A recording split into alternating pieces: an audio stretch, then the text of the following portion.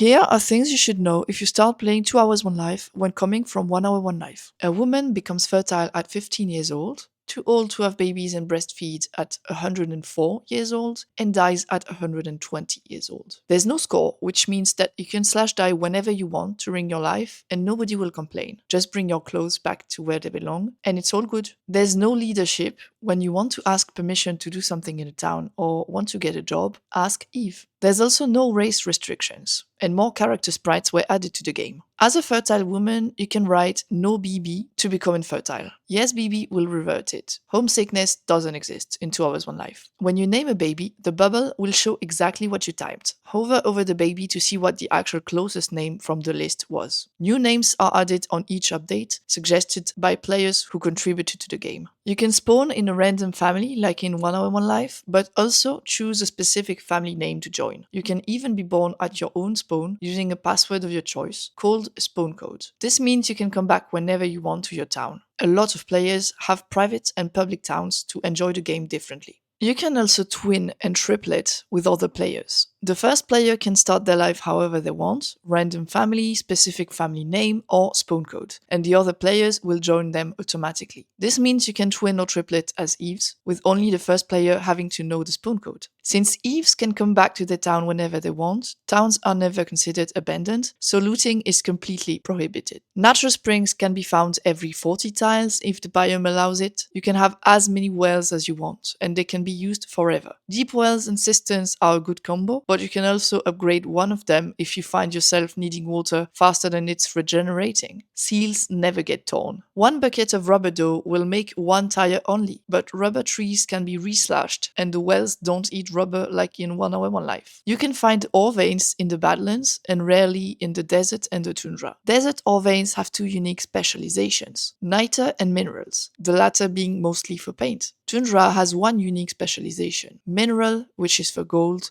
silver, diamonds, etc. Ore veins can be leveled up to level 4. We call those infinite mines. When you give them kerosene, you can retrieve by hand as much as you can during 15 seconds. The more people mine with you, the more you get from one use of Kero. Adobe Kiln and Forge were nerfed to give sense to their upgrade, the Stone Kiln and Furnace. On an Adobe Forge, you can only craft 6 items plus the Adobe covering step that will give you charcoal. You can put most stacks of 6 wet clay objects in the stone kilns and kindling to cook them, but you can also cook as much as you can using tongs. The Bronze Age comes before steel. You can find malachite and cassiterite in the Badlands, which give copper crucibles and tin crucibles. Copper and tin give bronze crucibles. Hot bronze ingots can be shaped on flat rocks. Iron only comes out of mines. To shape steel tools, you need anvils. Steel is needed to build the tech upgrades that make it possible to level up the mines, so you should not waste it on secondary tools in the beginning. The blast furnace and its friends, the ladle cart and the Bessemer converter, are the fastest way to turn iron into steel ingots and other parts. It will mass produce them from molds. Other machines were added for other purposes that work with electricity. The rolling mill is an improved roller and an accessory step to the infinite steel, and the machine press makes bricks more efficiently. They both need a generator. To get there, you also need a lab table. All these upgrades need a lot of steel to be crafted, which is why Bronze Age cannot be skipped in early towns. Oil can be produced from a tarry spot. It gives bitumen and can be transformed into an oil pump jack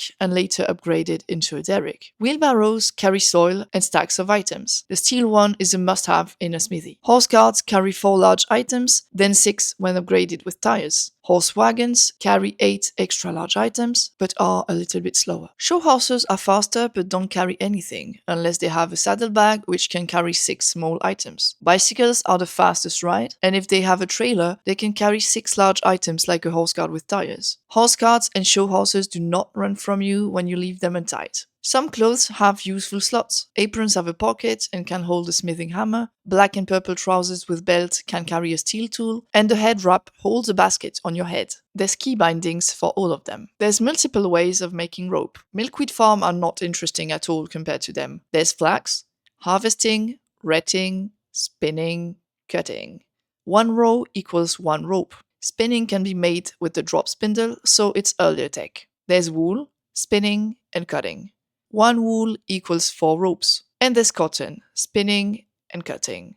1 row equals 6 ropes. Those two need a spinning wheel and shears. In the farm, soil can be saved. 2 uses of soil out of 3 are enough to tile a row. 1 use of soil has to be tilled twice. A full basket can turn a hardened row back into a deep tilled row. It comes handy if you have plenty of soil and lack hose. Compost is usually made in boxes. A box can produce more worms and 10 uses of soil that can be moved with a wheelbarrow. A lot of veggies can be used for compost. Wild gooseberry bushes regrow for free, which explains why a lot of towns don't even own domestic gooseberry bushes. The domestic ones actually get eaten by birds if not protected by a scarecrow. And same for wheat. Always harvest yellow wheat when you see it. Same with mature garlic or seeding carrots, which despawn over time. Grapes are processed differently than in 1 Hour 1 Life and can be used to make wine. Boxes can store 12 uses of charcoal, coal or coke, dung and soil. They cannot be hung on a wall. Shelves and large boxes with slots are what players mostly use, both being able to store 12 small items if you put baskets in the large boxes. When hunting, arrows can miss. Bears have to be baited to get out of their caves. You don't need baits to snare rabbits. Dogs will give you wild yums, which comes handy in very developed towns where all the wild food is gone. There's 2 colors of horses, black and dappled gray. The black ones can be found in the desert, whereas the dappled gray ones are in the flower fields. Biomes are all generated in a very specific way. Grasslands are surrounded by swamps, which are surrounded by yellow prairies, which are surrounded by badlands. Inside the grasslands are the flower fields. Inside the badlands can be found desert, tundra, and jungle biomes. In 2 Hours 1 Life, you can't kill people using a regular knife, and griefing is not allowed. You can get banned if you do. Looting towns, killing all the farm animals, cursing everyone, and all the obvious bad behaviors are not allowed. It happens very rarely thanks to the great moderation, and the community is super friendly. There's events once in a while with uncraftable items to be earned. Just join the Discord and see for yourself. I hope this video helped you. There's so much more to say, but part of the fun is to come play and discover everything by yourself. See you later in game.